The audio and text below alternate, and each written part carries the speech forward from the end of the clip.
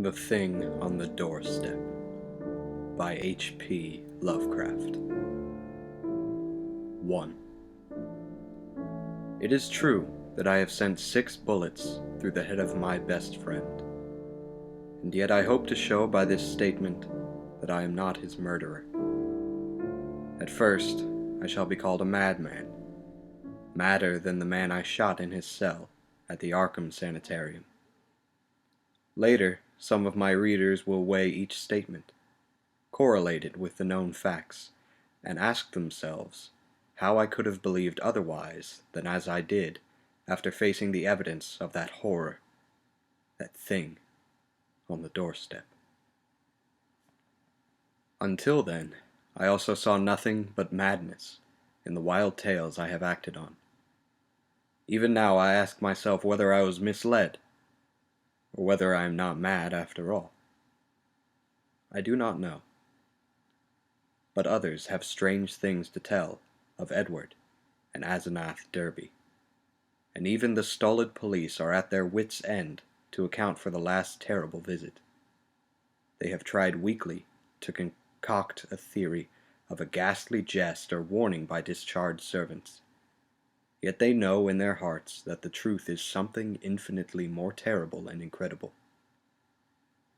So I say that I have not murdered Edward Derby. Rather have I avenged him, and in so doing purged the earth of a horror whose survival might have loosed untold terrors on all mankind. There are black zones of shadow close to our daily paths, and now and then some evil soul breaks a passage through.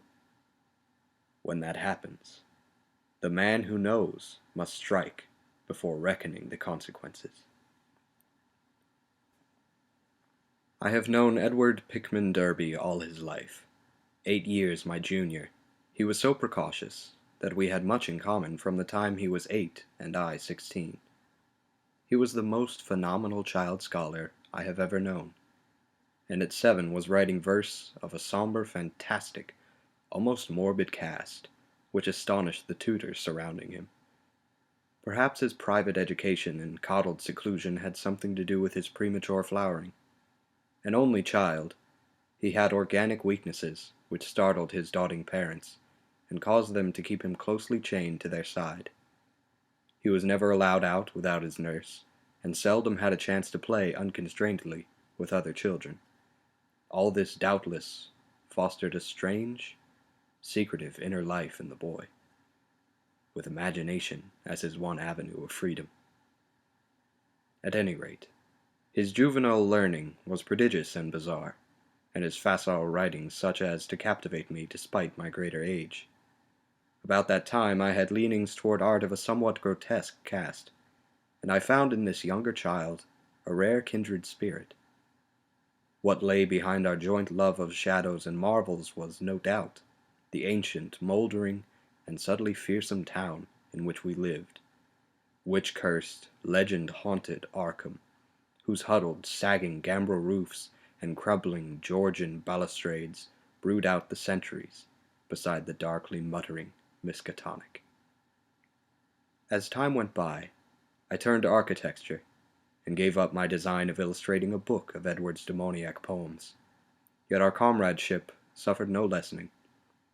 Young Derby's odd genius developed remarkably, and in his 18th year, his collected nightmare lyrics made a real sensation when issued under the title Asenath and Other Horrors. He was a close correspondent of the notorious Baudelairean poet Justin Jeffrey, who wrote The People of the Monolith, and died screaming in a madhouse in 1926 after a visit to a sinister, ill-regarded village in Hungary. In self-reliance and practical affairs, however, Derby was greatly retarded because of his coddled existence. His health had improved, but his habits of childish dependence were fostered by over-careful parents, so that he never traveled alone, made independent decisions, or assumed responsibilities. It was early seen that he would not be equal to a struggle in the business or professional arena, but the family fortune was so ample that this formed no tragedy. As he grew to years of manhood, He retained a deceptive aspect of boyishness. Blond and blue-eyed, he had the fresh complexion of a child, and his attempts to raise a mustache were discernible only with difficulty. His voice was soft and light, and his pampered, unexercised life gave him a juvenile chubbiness, rather than the pauchiness of premature middle age. He was of good height, and his handsome face would have made him a notable gallant, had not his shyness held him to seclusion and bookishness. Derby's parents took him abroad every summer, and he was quick to seize on the surface aspects of European thought and expression. His Poe-like talents turned more and more toward the decadent, and other artistic sensitivenesses and yearnings were half aroused in him. We had great discussions in those days. I had been through Harvard, had studied in a Boston architect's office, had married, and had finally returned to Arkham to practice my profession, settling in the family homestead in Saltonstall Street, since my father had moved to Florida for his health. Edward used to call almost every morning, till I came to regard him as one of the household. He had a characteristic way of ringing the doorbell or sounding the knocker that grew to be a veritable code signal, so that after dinner I always listened for the familiar 3 brisk strokes, followed by 2 more after a pause. Less frequently, I would visit at his house, and note with envy the obscure volumes in his constantly growing library. Derby went through Miskatonic University in Arkham, since his parents would not let him board away from them. He entered at 16, and completed his course in 3 years, majoring in English and French literature, and receiving high marks in everything but mathematics and the sciences. He mingled very little with the other students, though looking enviously at the daring or bohemian set, whose superficially smart language and meaninglessly ironic pose he aped, and whose dubious conduct he wished he dared adopt. What he did do was to become an almost fanatical devotee of subterranean magical lore, for which Miskatonic's library was and is famous. Always a dweller on the surface of fantasy and strangeness, he now delved deep into the actual runes and riddles left by a fabulous past for the guidance or puzzlement of posterity. He read things like the frightful Book of Iban, the Unaussprechlichen Kulten of von Junst, and the forbidden Necronomicon of the mad Arab Abdul al-Azred, though he did not tell his parents he had seen them. Edward was 20 when my son and only child was born, and seemed pleased when I named the newcomer Edward Derby Upton after him. By the time he was 25, Edward Derby was a prodigiously learned man, and a fairly well-known poet and fantasist, though his lack of contacts and responsibilities had slowed down his literary growth by making his products derivative and over-bookish. I was perhaps his closest friend, finding him an inexhaustible mine of vital theoretical topics, while he relied on me for advice in whatever matters he did not wish to refer to his parents. He remained single, more through shyness, inertia, and parental protectiveness than through inclination, and moved in society only to the slightest and most perfunctory extent. When the war came, both health and ingrained timidity kept him at home. I went to Plattsburgh for a commission, but never got overseas. So the years wore on. Edward's mother died when he was 34, and for months he was incapacitated by some odd physiological malady. His father took him to Europe, however, and he managed to pull out of this trouble without visible effects. Afterward he seemed to feel a sort of grotesque exhilaration, as if of partial escape from some unseen bondage. He began to mingle in the more advanced college set, despite his middle age, and was present in some extremely wild doings, on one occasion playing heavy blackmail, which he borrowed of me, to keep his presence at a certain affair from his father's notice. Some of the whispered rumors about the wild Miskatonic set were extremely singular.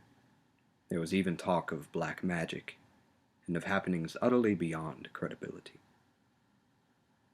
2.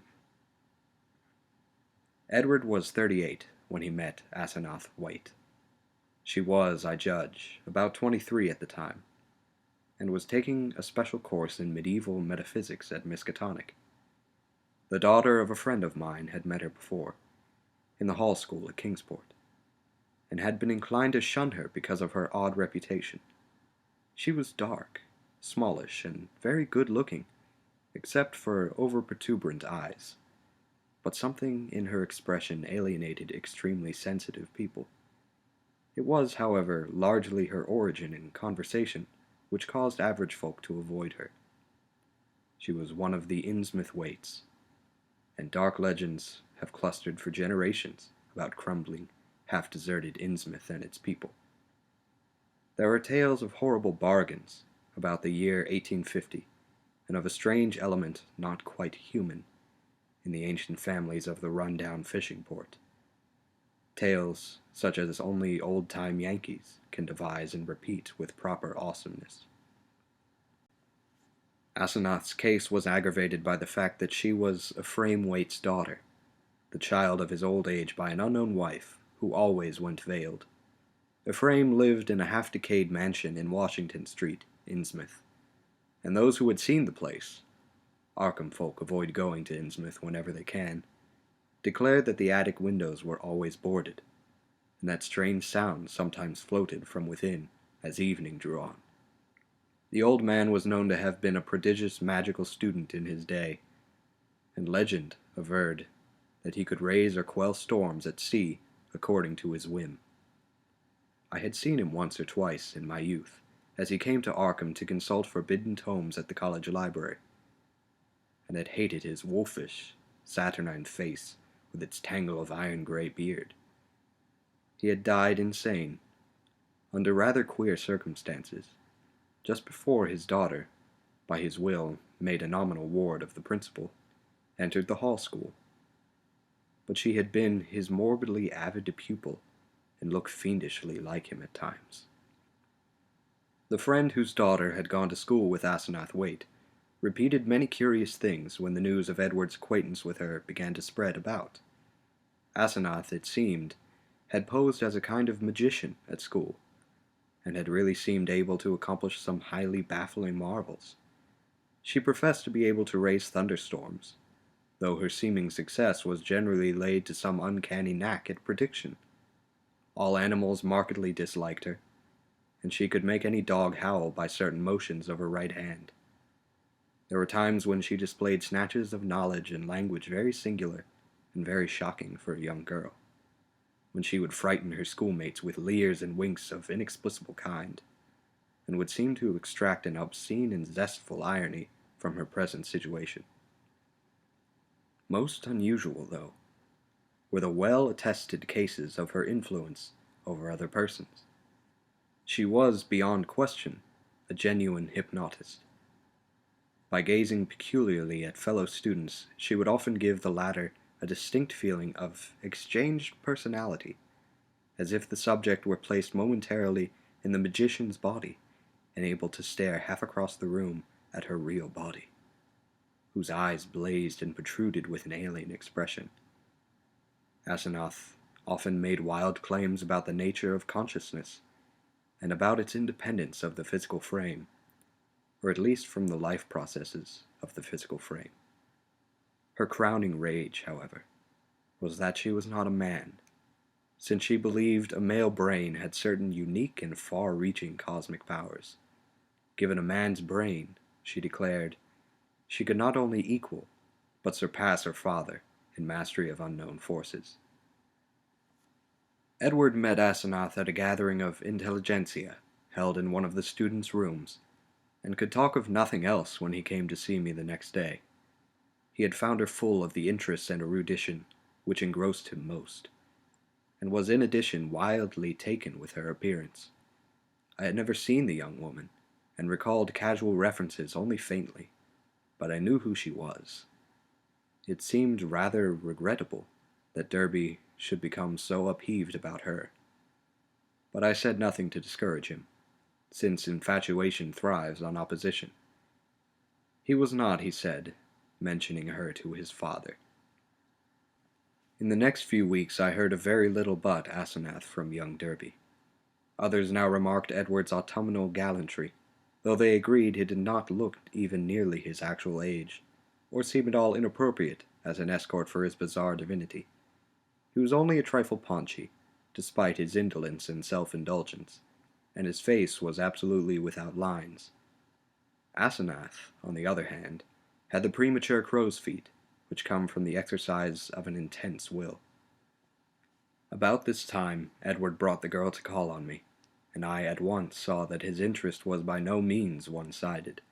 She eyed him continually with an almost predatory air, and I perceived that their intimacy was beyond untangling.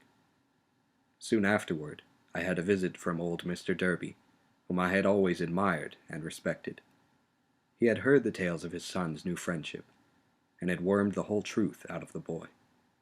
Edward meant to marry Asenath, and had even been looking at houses in the suburbs. Knowing my usually great influence with his son, the father wondered if I could help to break the ill-advised affair off, but I regretfully expressed my doubts. This time it was not a question of Edward's weak will, but of the woman's strong will. The perennial child had transferred his dependence from the parental image to a new and stronger image, and nothing could be done about it. The wedding was performed a month later, by a justice of the peace, according to the bride's request. Mr. Derby, at my advice, offered no opposition, and he, my wife, my son, and I attended the brief ceremony, the other guests being wild young people from the college. Asenath had bought the old Crown and Shield place in the country at the end of High Street, and they proposed to settle there after a short trip to Innsmouth, whence 3 servants and some books and household goods were to be brought. It was probably not so much consideration for Edward and his father as a personal wish to be near the college, its library, and its crowd of sophisticates that made Asenath settle in Arkham instead of returning permanently home. When Edward called on me after the honeymoon, I thought he looked slightly changed. Asenath had made him get rid of the undeveloped mustache, but there was more than that. He looked soberer and more thoughtful, his habitual pout of childish rebelliousness being exchanged for a look almost of genuine sadness. I was puzzled to decide whether I liked or disliked the change. Certainly he seemed for the moment more normally adult than ever before. Perhaps the marriage was a good thing. Might not the change of dependence from a start toward actual neutralization, leading ultimately to responsible independence? He came alone, for Asenath was very busy. She had brought a vast store of books and apparatus from Innsmouth. Derby shuddered as he spoke the name, and was finishing the restoration of the Crown and Shield house and grounds.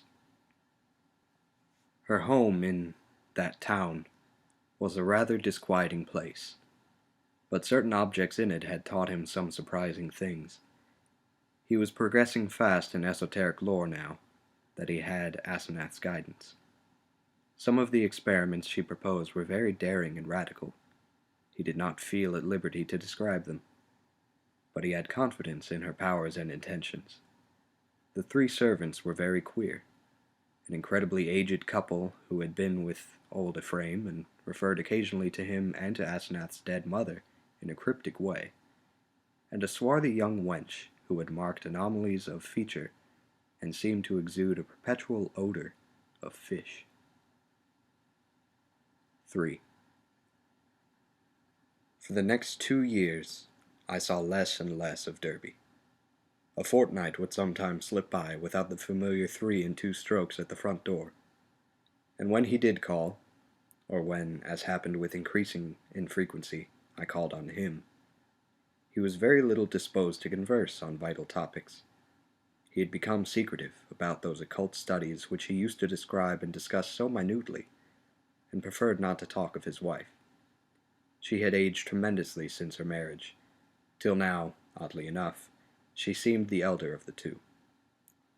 Her face held the most concentratedly determined expression I had ever seen, and her whole aspect seemed to gain a vague, unplaceable repulsiveness.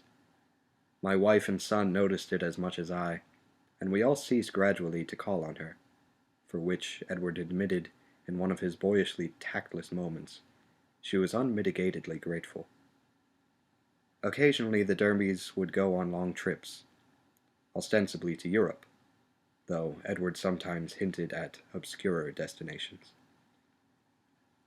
It was after the first year that people began talking about the change in Edward Derby.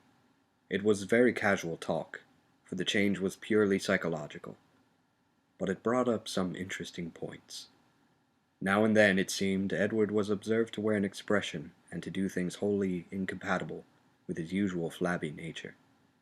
For example, although in the old days he could not drive a car, he was now seen occasionally to dash into or out of the old Crown and Shield driveway with Asenath's powerful Packard, handling it like a master, and meeting traffic entanglements with a skill and determination utterly alien to his accustomed nature. In such cases he seemed always to be just back from some trip, or just starting on one. What sort of trip, no one could guess, although he mostly favored the Innsmouth road. Oddly, the metamorphosis did not seem altogether pleasing. People said he looked too much like his wife, or like old Ephraim Waite himself in these moments. Or perhaps these moments seemed unnatural because they were so rare. Sometimes, hours after starting out in this way, he would return listlessly sprawled on the rear seat of the car, while an obviously hired chauffeur or mechanic drove. Also, his preponderant aspect on the streets during his decreasing round of social contacts, including, I may say, his calls on me, was the old-time indecisive one, its irresponsible childishness even more marked than in the past. While Asenath's face aged, Edward's, aside from those exceptional occasions, actually relaxed into a kind of exaggerated immaturity, save when a trace of the new sadness or understanding would flash across it. It was really very puzzling. Meanwhile, the Derbys almost dropped out of the gay college circle. Not through their own disgust, we heard, but because something about their present studies shocked even the most callous of the other decadents. It was in the third year of the marriage that Edward began to hint openly to me of a certain fear and dissatisfaction. He would let fall remarks about things going too far, and would talk darkly about the need of saving his identity. At first, I ignored such references, but in time, I began to question him guardedly, remembering what my friend's daughter had said about Asenath's hypnotic influence over the other girls at school. The cases where students had thought they were in her body, looking across the room at themselves. This questioning seemed to make him at once alarmed and grateful, and once he mumbled something about having a serious talk with me later. About this time old Mr. Derby died, for which I was afterward very thankful. Edward was badly upset, though by no means disorganized. He had seen astonishingly little of his parents since his marriage, for Asenath had concentrated in herself all his vital sense of family linkage. Some called him callous in his loss, especially since those jaunty and confident moods in the car began to increase. He now wished to move back into the old Derby mansion, but Asenath insisted on staying in the Crown and Shield house, to which she had become well adjusted. Not long afterward, my wife heard a curious thing from a friend, one of the few who had not dropped the Derbys. She had been out to the end of High Street to call on the couple, and had seen a car shoot briskly out of the drive with Edward's oddly confident and almost sneering face above the wheel. Ringing the bell, she had been told by the repulsive wench that Asenath was also out, but had chanced to look up at the house in leaving.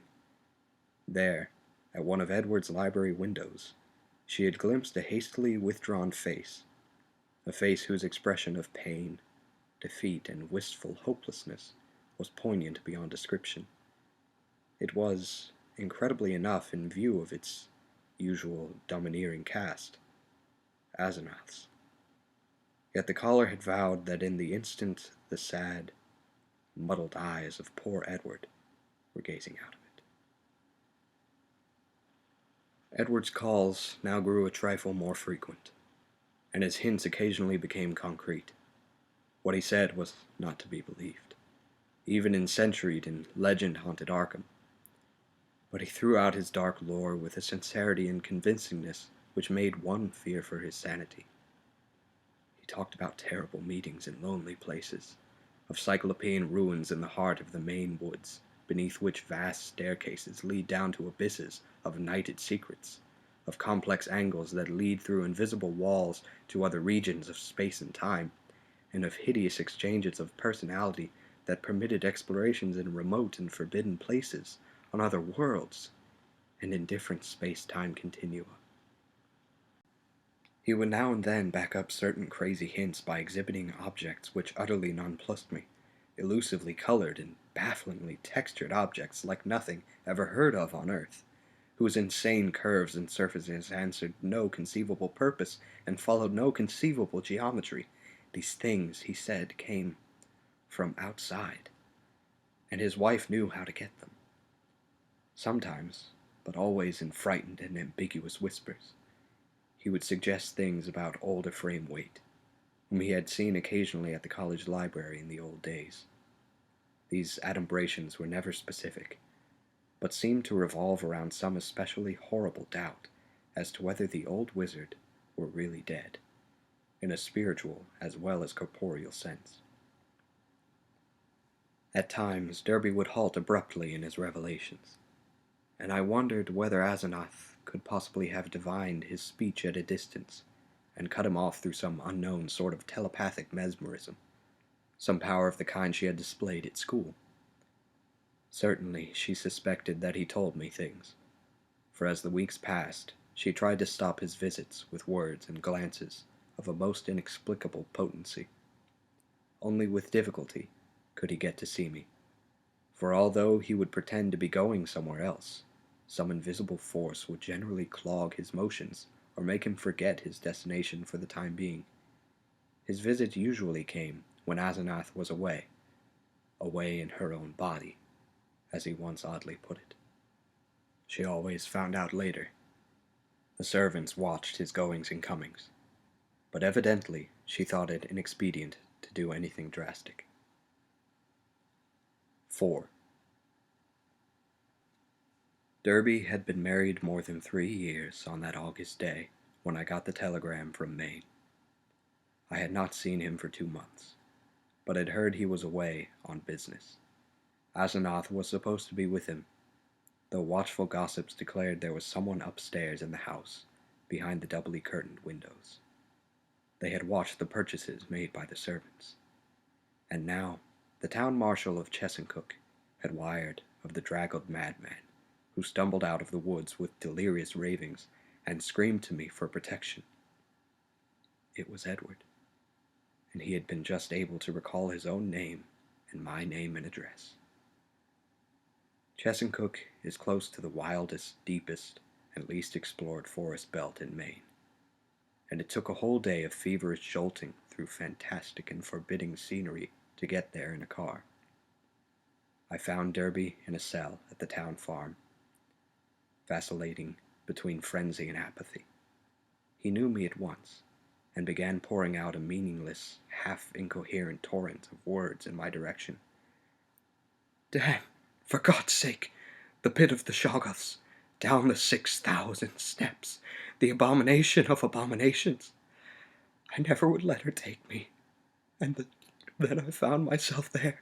Ya Shub-Nigurath!" The shape rose up from the altar, and there were 500 that howled. The hooded thing bleated, "Cumhog, Cumhog." That was old Ephraim's secret name in the coven. I was there, where she promised she wouldn't take me, a minute before I was locked in the library, and then I was there, where she had gone with my body, in the place of utter blasphemy, the unholy pit where the black realm begins and the watcher guards the gate. I saw a Shoggoth. It changed shape. I can't stand it. I won't stand it. I'll kill her if she ever sends me there again. I'll kill that entity. Her, him, it. I'll kill it. I'll kill it with my own hands. It took me an hour to quiet him, but he subsided at last. The next day I got him decent clothes in the village, and set out with him for Arkham. His fury of hysteria was spent, and he was inclined to be silent, though he began muttering darkly to himself when the car passed through Augusta, as if the sight of a city aroused unpleasant memories. It was clear that he did not wish to go home, and considering the fantastic delusions he seemed to have about his wife, delusions undoubtedly springing from some actual hypnotic ordeal to which he had been subjected, I thought it would be better if he did not. I would, I resolved, put him up myself for a time, no matter what unpleasantness it would make with Asenath. Later I would help him get a divorce, for most assuredly there were mental factors which made this marriage suicidal for him. When we struck open country again, Derby's muttering faded away, and I let him nod and drowse on the seat beside me as I drove. During our sunset dash through Portland, the muttering commenced again, more distinctly than before, and as I listened, I caught a stream of utterly insane drivel about Asenath. The extent to which she had preyed on Edward's nerves was plain, for he had woven a whole set of hallucinations around her. His present predicament, he mumbled furtively, was only one of a long series. She was getting hold of him, and he knew that some day she would never let go. Even now she probably let him go only when she had to, because she couldn't hold on long at a time. She constantly took his body and went to nameless places for nameless rites, leaving him in her body and locking him upstairs. But sometimes she couldn't hold on, and he would find himself suddenly in his own body again in some far-off, horrible and perhaps unknown place. Sometimes she'd get hold of him again, and sometimes she couldn't. Often he was left stranded somewhere, as I had found him. Time and again, he had to find his way home from frightful distances, getting somebody to drive the car after he found it. The worst thing was that she was holding on to him longer and longer at a time. She wanted to be a man, to be fully human. That was why she got hold of him. She had sensed the mixture of his fine-wrought brain and weak will in him.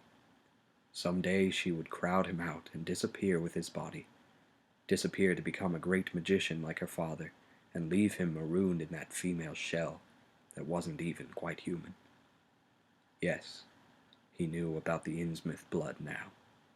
There had been traffic with things from the sea. It was horrible. And old Ephraim, he had known the secret, and when he grew old, did a hideous thing to keep alive. He wanted to live forever. Asenath would succeed. One successful demonstration had taken place already. As Derby muttered on, I turned to look at him closely, verifying the impression of change which an earlier scrutiny had given me. Paradoxically, he seemed in better shape than usual, harder, more normally developed, and without the trace of sickly flabbiness caused by his indolent habits. It was as if he had been really active and properly exercised for the first time in his coddled life, and I judged that Asenath's force must have pushed him into unwanted channels of motion and alertness.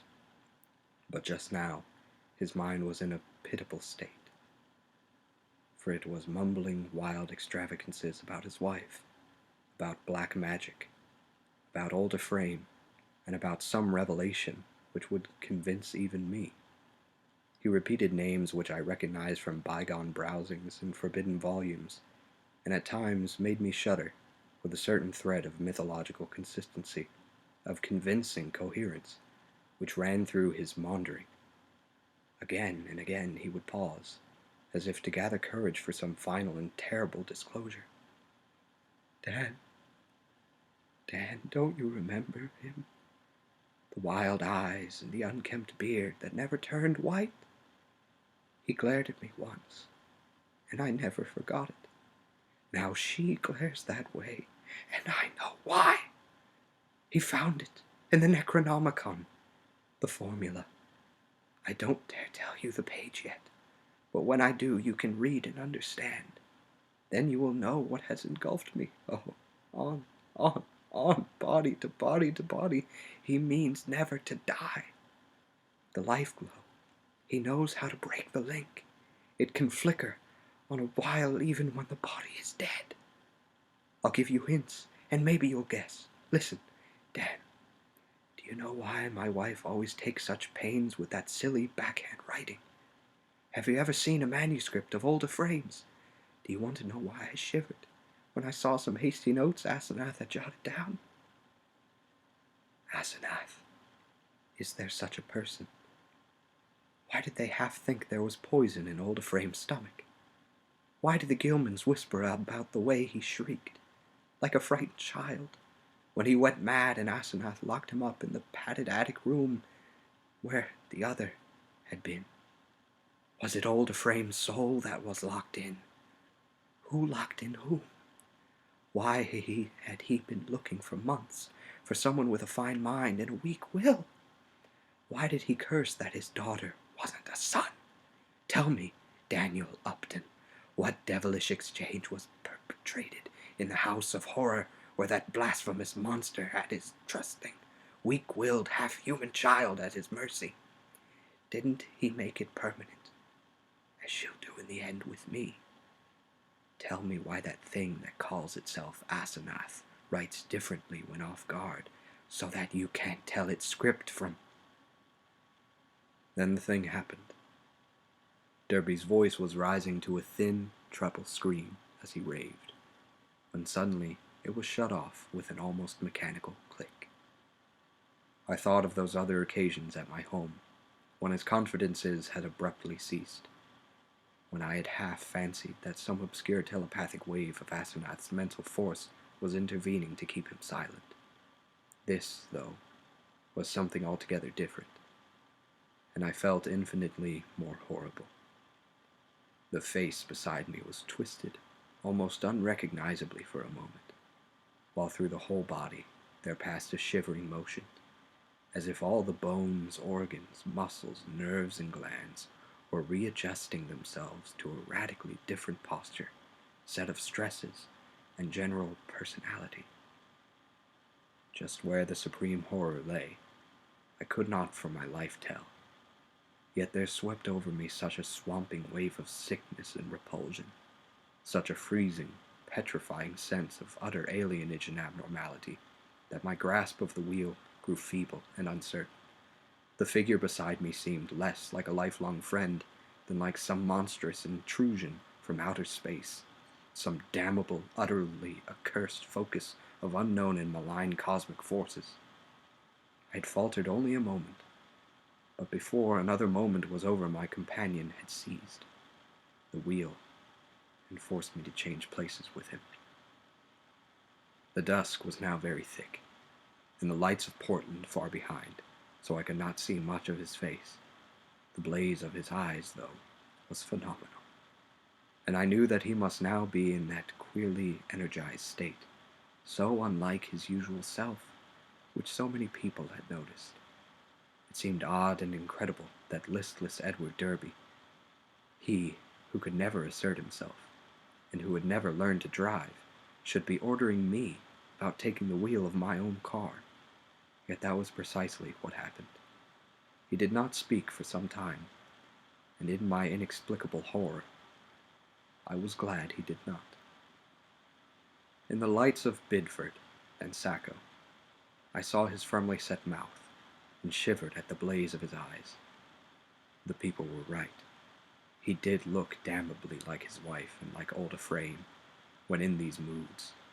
I did not wonder that the moods were disliked. There was certainly something unnatural and diabolic in them, and I felt the sinister element all the more because of the wild ravings I had been hearing. This man, for all my lifelong knowledge of Edward Pickman Derby, was a stranger, an intrusion of some sort from the black abyss.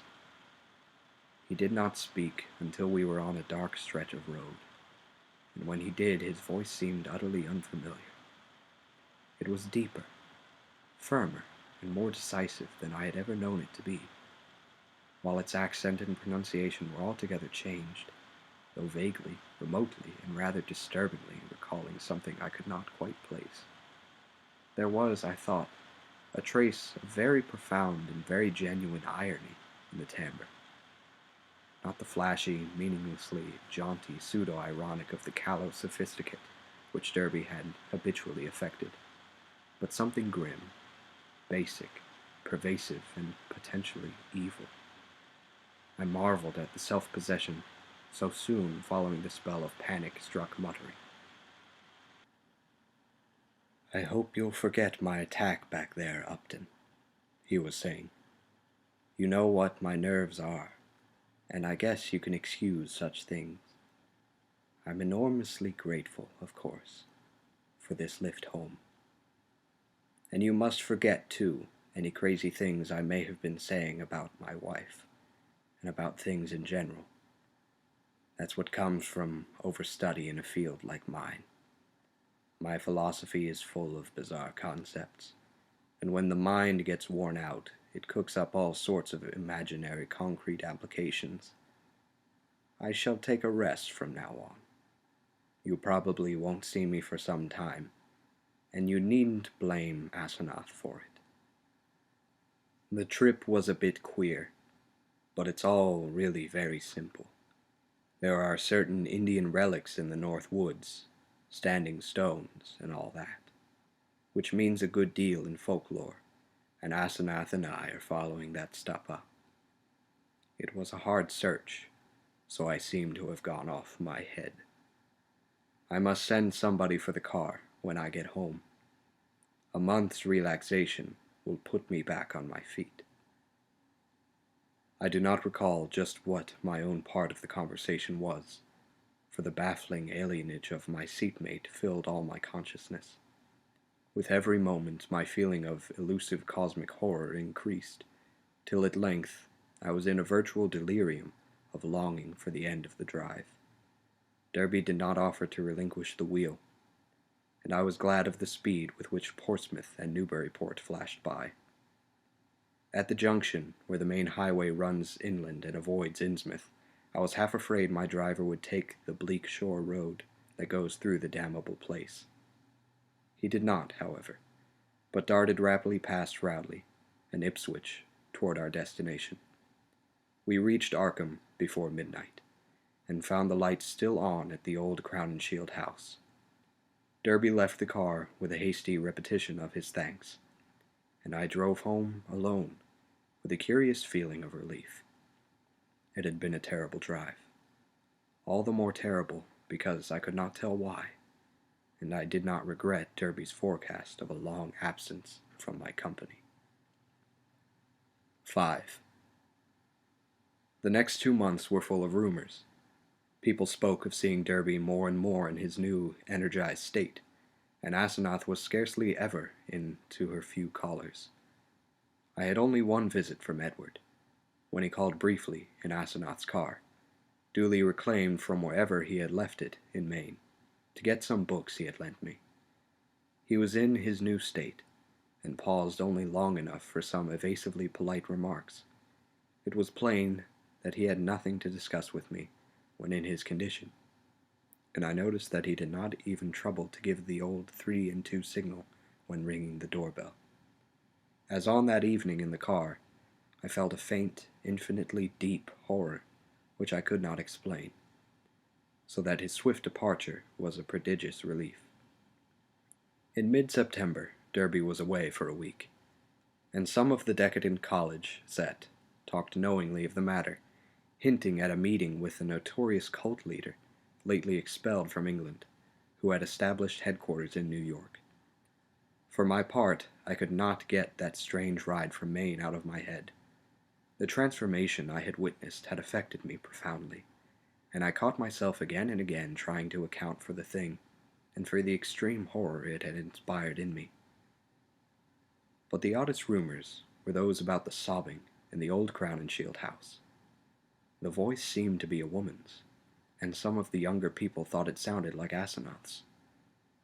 It was heard only at rare intervals, and would sometimes be choked off as if by force. There was talk of an investigation, but this was dispelled one day when Asenath appeared in the streets and chatted in a sprightly way with a large number of acquaintances, apologizing for her recent absences and speaking incidentally about the nervous breakdown and hysteria of a guest from Boston. The guest was never seen, but Asenath's appearance left nothing to be said, and then someone complicated matters by whispering that the sobs had once or twice been in a man's voice. One evening in mid-October, I heard the familiar 3 and 2 ring at the front door. Answering it myself, I found Edward on the steps, and saw in a moment that his personality was the old one which I had not encountered since the day of his ravings on that terrible ride from Chesuncook. His face was twitching with a mixture of odd emotions in which fear and triumph seemed to share dominion, and he looked furtively over his shoulder as I closed the door behind him. Following me clumsily to the study, he asked for some whiskey to steady his nerves. I forbore to question him, but waited till he felt like beginning whatever he wanted to say. At length he ventured some information in a choking voice. "Asenath has gone, Dan. We had a long talk last night while the servants were out, and I made her promise to stop preying on me. Of course, I had certain occult defenses I never told you about. She had to give in, but got frightfully angry. Just packed up and started for New York. Walked right out to catch the 8:20 into Boston. I suppose people will talk, but I can't help that. You needn't mention that there was any trouble. Just say she's gone on a long research trip. She's probably going to stay with one of her horrible groups of devotees. I hope she'll go west and get a divorce. Anyhow, I've made her promise to keep away and let me alone. It was horrible, Dan. She was stealing my body, crowding me out, making a prisoner of me. I laid low and pretended to let her do it, but I had to be on the watch. I could plan if I was careful, for she can't read my mind literally or in detail. All she could read of my planning was a sort of general mood of rebellion, and she always thought I was helpless. Never thought I could get the best of her, but I had a spell or two that worked." Derby looked over his shoulder and took some more whiskey. "I paid off those damn servants this morning when they got back. They were ugly about it, and asked questions, but they went. They're her kind Innsmouth people, and were hand in glove with her. I hope they'll let me alone. I didn't like the way they laughed when they walked away. I must get as many of Dad's old servants again as I can. I'll move back home now. I suppose you think I'm crazy, Dan, but Arkham history ought to hint at things that back up what I've told you, and what I'm going to tell you. You've seen one of the changes, too, in your car, after I told you about Asenath the day coming home from Maine. That was when she got me, drove me out of my body. The last thing of the ride I remember was when I was all worked up and trying to tell you what the she-devil is. Then she got me, and in a flash I was back at the house, in the library where those damn servants had me locked up, and in that cursed fiend's body. It isn't even human. You know, it was she you must have ridden home with, that praying wolf in my body. You ought to have known the difference." I shuddered as Derby paused. Surely I had known the difference. Yet could I accept an explanation as insane as this? But my distracted caller was growing even wilder. "I had to save myself. I had to, Dan. She'd have got me for good at Hollow Mass. They hold a Sabbath up there beyond Chesuncook, and the sacrifice would have clinched things. She'd have got me for good. She'd have been I, and I'd have been she, forever. Too late. My body'd have been hers for good. She'd be a man and fully human, just as she wanted to be. I suppose she'd have put me out of the way, killed her own ex-body with me in it. Damn her. Just as she did before, just as she or he or it did before." Edward's face was now atrociously distorted, and had bent it uncomfortably close to mine as his voice fell to a whisper. "You must know what I hinted in the car.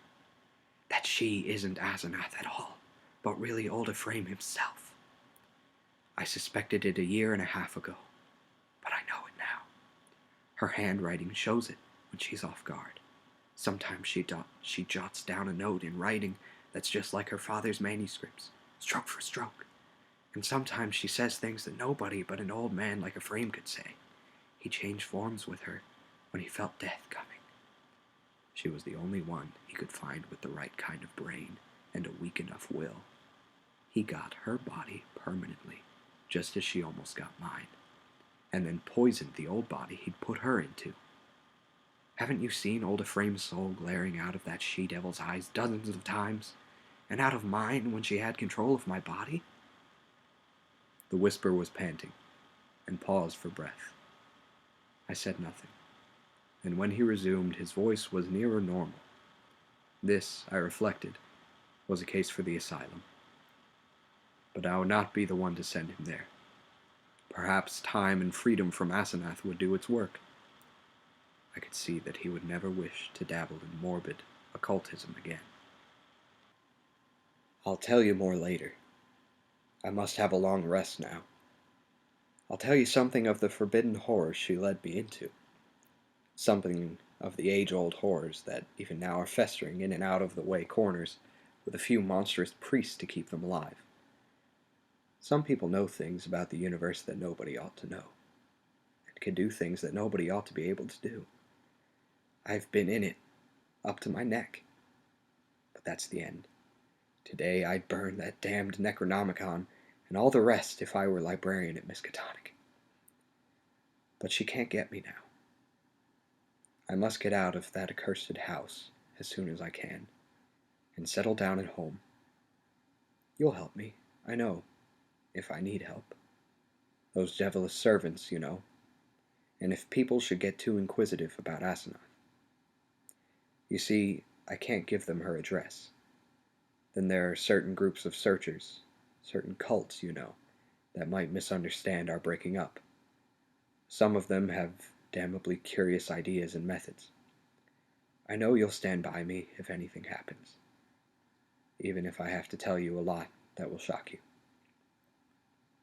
I had Edward stay and sleep in one of the guest chambers that night. In the morning he seemed calmer. We discussed certain possible arrangements for his moving back into the Derby mansion, and I hoped he would lose no time in making the change. He did not call the next evening, but I saw him frequently during the ensuing weeks. We talked as little as possible about strange and unpleasant things, but discussed the renovation of the old Derby house, and the travels which Edward promised to take with my son and me the following summer. Of Asenath, we said almost nothing, for I saw that the subject was a peculiarly disturbing one. Gossip, of course, was rife, but that was no novelty in connection with the strange menage at the old Crown and Shield house. One thing I did not like was what Derby's banker let fall in an over-expansive mood at the Miskatonic Club, about the checks Edward was sending regularly to a Moses and Abigail Sargent and a Eunice Babson in Innsmouth. That looked as if those evil-faced servants were extorting some kind of tribute from him, yet he had not mentioned the matter to me.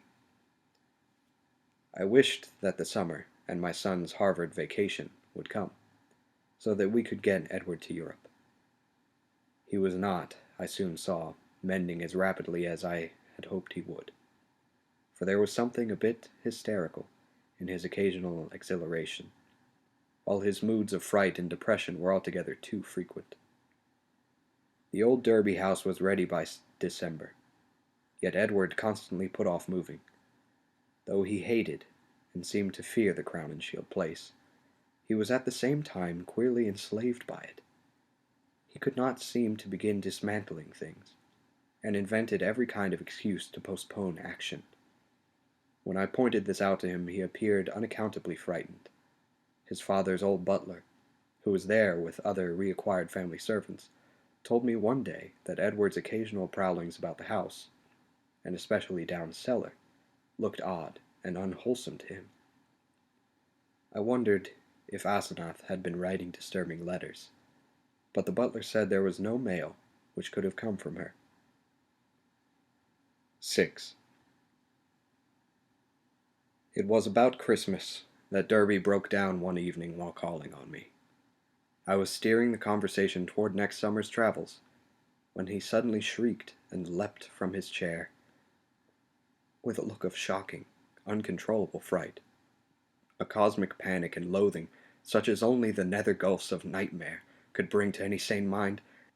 My brain! My brain! God! Dan! It's tugging! From beyond! Knocking! Clawing! That she-devil! Even now! A frame! Camog! Camog! The pit of the Shoggoths! La Shib Nugurath! The goat with 1,000 young! The flame! The flame! Beyond body! Beyond life! In the earth! Oh God! I pulled him back to his chair and poured some wine down his throat as his frenzy sank to a dull apathy.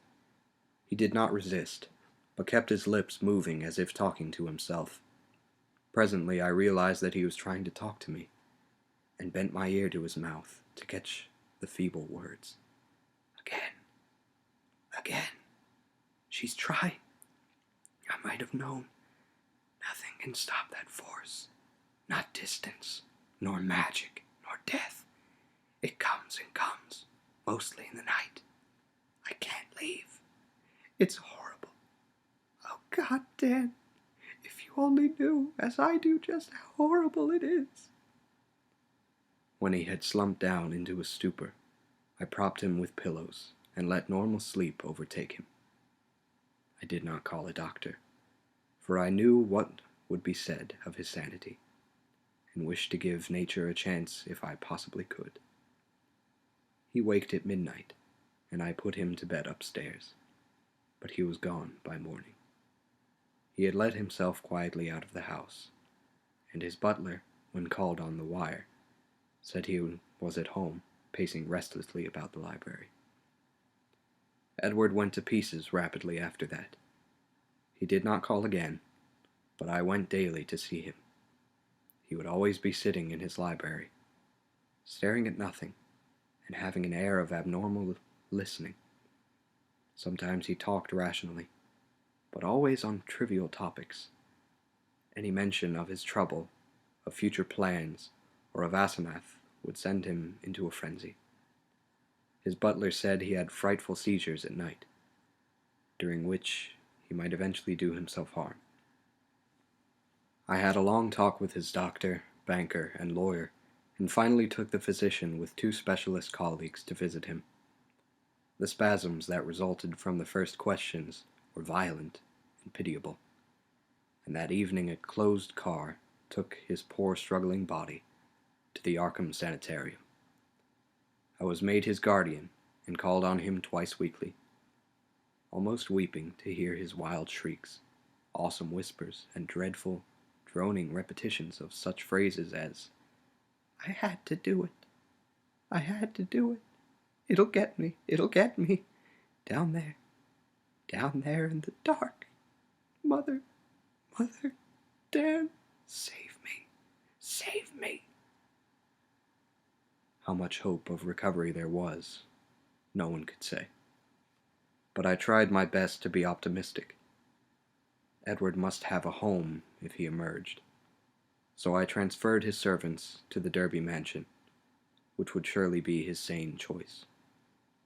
What to do about the Crown and Shield place with its complex arrangements and collections of utterly inexplicable objects, I could not decide, so left it momentarily untouched, telling the Derby housemaid to go over and dust the chief rooms once a week, and ordering the furnace man to have a fire on those days. The final nightmare came before Candlemas, heralded in cruel irony by a false gleam of hope. One morning, late in January, the sanitarium telephoned to report that Edward's reason had suddenly come back. His continuous memory, they said, was badly impaired, but sanity itself was certain. Of course, he must remain for some time for observation, but there could be little doubt of the outcome. All going well, he would surely be free in a week. I hastened over in a flood of delight, but stood bewildered when a nurse took me to Edward's room. The patient rose to greet me, extending his hand with a polite smile. But I saw in an instant that he bore the strangely energized personality which had seemed so foreign to his own nature, the competent personality I had found so vaguely horrible, and which Edward himself had once vowed was the intruding soul of his wife. There was the same blazing vision, so like Asenath's and old Ephraim's, and the same firm mouth, and when he spoke I could sense the same grim, pervasive irony in his voice, the deep irony so redolent of potential evil. This was the person who had driven my car through the night 5 months before, the person I had not seen since that brief call when he had forgotten the old-time doorbell signal and stirred such nebulous fears in me. And now he filled me with the same dim feeling of blasphemous alienage and ineffable cosmic hideousness. He spoke affably of arrangements for release, and there was nothing for me to do but assent, despite some remarkable gaps in his recent memories. Yet I felt that something was terribly, inexplicably wrong and abnormal. There were horrors in this thing that I could not reach. This was a sane person. But was it indeed the Edward Derby I had known? If not, who or what was it? And where was Edward? Ought it to be free or confined? Or ought it to be extirpated from the face of the earth? There was a hint of the abysmally sardonic in everything the creature said. The Asenath-like eyes lent a special and baffling mockery to certain words about the early liberty earned by an especially close confinement. I must have behaved very awkwardly, and was glad to beat a retreat. All that day and the next, I racked my brain over the problem. What had happened? What sort of mind looked out through those alien eyes in Edward's face? I could think of nothing but this dimly terrible enigma, and gave up all efforts to perform my usual work. The second morning the hospital called up to say that their recovered patient was unchanged, and by evening I was close to a nervous collapse, a state, I admit, though others will vow it colored by subsequent vision. I have nothing to say on this point, except that no madness of mine could account for all the evidence. 7. It was in the night, after that second evening, that stark, utter horror burst over me, and weighted my spirit with a black, clutching panic from which it can never shake free. It began with a telephone call just before midnight. I was the only one up, and sleepily took down the receiver in the library. No one seemed to be on the wire, and I was about to hang up and go to bed when my ear caught a very faint suspicion of sound at the other end. Was someone trying to, under great difficulties, to talk? As I listened, I thought I heard a sort of half-liquid bubbling noise, which had an odd suggestion of inarticulate, unintelligible word and syllable divisions. I called, "Who is it?" But the only answer was I could only assume that the noise was mechanical, but fancying that it might be a case of a broken instrument able to receive but not to send, I added, "I can't hear you. Better hang up and try information." Immediately I heard the receiver go on the hook at the other end. This, I say, was just before midnight. When that call was traced afterward, it was found to come from the old Crown and Shield house, though it was fully half a week from the housemaid's day to be there.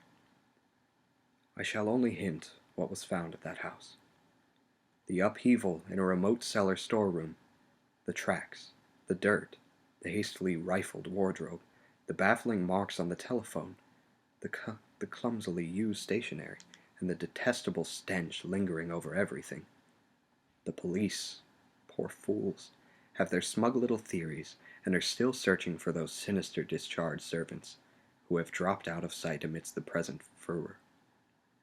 They speak of a ghoulish revenge for things that were done, and say I was included because I was Edward's best friend and advisor. Idiots! Do they fancy those brutish clowns could have forged that handwriting? Did they fancy they could have brought what later came? Are they blind to the changes in that body that was Edward's? As for me, I now believe all that Edward Derby ever told me.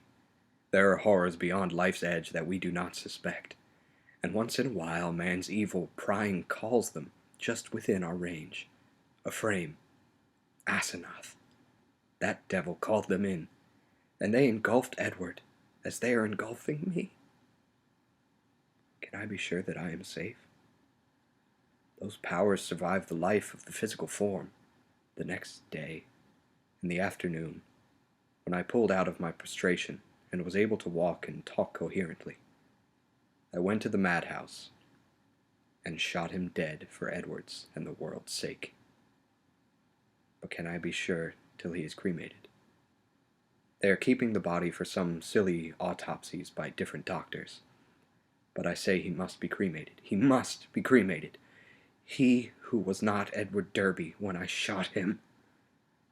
I shall go mad if he is not, for I may be the next. But my will is not weak, and I shall not let it be undermined by the terrors I know are seething around it. One life, a frame, Asenath, and Edward. Who now? I will not be driven out of my body. I will not change souls with that bullet-ridden lich in the madhouse. But let me try to tell coherently of that final horror.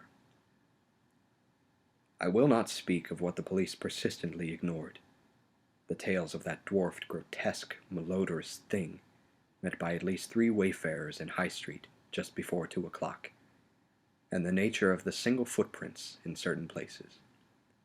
I will say only that just about 2, the doorbell and knocker waked me. Doorbell and knocker both, plied alternately and uncertainly in a kind of weak desperation, and each trying to keep to Edward's old signal of 3 and 2 strokes. Roused from sound sleep, my mind leapt into turmoil. Derby at the door, and remembering the old code, that new personality had not remembered it. Was Edward suddenly back in his rightful state? Why was he here in such evident stress and haste? Had he been released ahead of time, or had he escaped? Perhaps, I thought as I flung on a robe and he bounded downstairs, his return to his own self had brought raving and violence, revoking his discharge and driving him to a desperate dash for freedom. Whatever had happened, he was good old Edward again, and I would help him. When I opened the door into the elm-arched blackness, a gust of insufferably fetid wind almost flung me prostrate. I choked in nausea, and for a second scarcely saw the dwarfed, humped figure on the steps. The summons had been Edward's, but who was this foul, stunted parody? Where had Edward had time to go? His ring had sounded only a second before the door opened. The caller had on one of Edward's overcoats, its bottom almost touching the ground, and its sleeves rolled back yet still covering the hands. On the head was a slouch hat pulled low, while a black silk muffler concealed the face. As I stepped unsteadily forward, the figure made a semi-liquid sound, like that I had heard over the telephone, and thrust at me a large, closely written paper impaled on the end of a long pencil. Still reeling from the morbid and unaccountable fetter, I seized this paper and tried to read it in the light from the doorway. Beyond question, it was in Edward's script. But why had he written when he was close enough to ring? And why was the script so awkward, coarse, and shaky? I could make out nothing in the dim half-light, so edged back into the hall, the dwarf figure clumping mechanically after but pausing on the inner door's threshold. The odor of this singular messenger was really appalling, and I hoped, not in vain, thank God, that my wife would not wake and confront it. Then, as I read the paper, I felt my knees give under me and my vision go black. I was lying on the floor when I came to, that accursed sheet still clutched in my fear-rigid hand. This is what it said. Dan, go to the sanitarium and kill it. Exterminate it. It isn't Edward Derby anymore. She got me. It's Asenath, and she has been dead 3 months and a half. I lied when I said she had gone away. I killed her. I had to. It was sudden, but we were alone, and I was in my right body. I saw a candlestick and smashed her head in. She would have got me for good at Hallowmass. I buried her in the farther cellar storeroom under some old boxes and cleaned up all the traces. The servants suspected next morning, but they have such secrets that they dare not tell the police. I sent them off, but God knows what they and others of the cult will do. I thought for a while I was all right, and then I felt the tugging at my brain. I knew what it was. I ought to have remembered.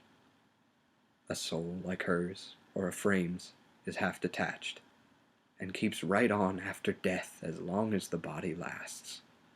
She was getting me, making me change bodies with her, seizing my body and putting me in that corpse of hers buried in the cellar. I knew what was coming. That's why I snapped and had to go to the asylum. Then it came. I found myself choked in the dark, and Asenath's rotting carcass down in the cellar under the boxes where I put it. And I knew she must be in my body at the sanitarium, permanently, for it was after Hallowmass, and the sacrifice would work even without her being there. Sane and ready for release as a menace to the world, I was desperate, and in spite of everything, I clawed my way out. I'm too far gone to talk. I couldn't manage the telephone, but I can still write. I'll get fixed up somehow and bring you this last word and warning.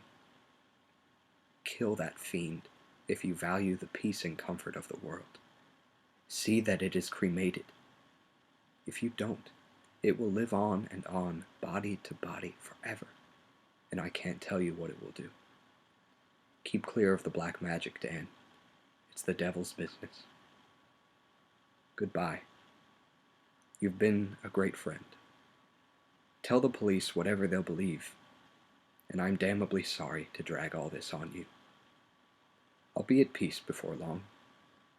This thing won't hold together much more. Hope you can read this, and kill that thing. Kill it. Yours, Ed. It was only afterward that I read the last half of this paper, for I had fainted at the end of the 3rd paragraph. I fainted again when I saw and smelled what cluttered up the threshold where the warm air had struck it. The messenger would not move or have consciousness any more. The butler, tougher fibered than I, did not faint at what met him in the hall this morning. Instead, he telephoned the police. When they came, I had been taken upstairs to bed, but the other mass lay where it had collapsed in the night. The men put handkerchiefs to their noses. What they finally found inside Edward's oddly assorted clothes was mostly liquescent horror. There were bones, too, and a crushed-in skull. Some dental work positively identified the skull as Asenath's.